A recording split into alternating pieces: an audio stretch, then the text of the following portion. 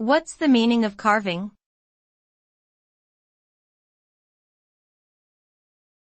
Carving.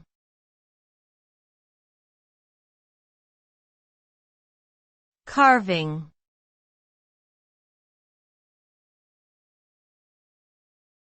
Carving.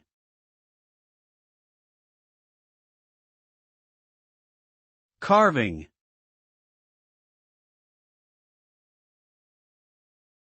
Carving refers to the act of cutting or shaping a material, typically wood, stone, or metal, to create a finished product with a desired shape or design. The result of carving can vary depending on the skill and intention of the artist. It can range from simple and functional objects like utensils or furniture, to intricate and decorative works of art like sculptures or architectural details. The end product is often characterized by a smooth and polished surface, with details and texture that enhance its overall visual appeal and usefulness.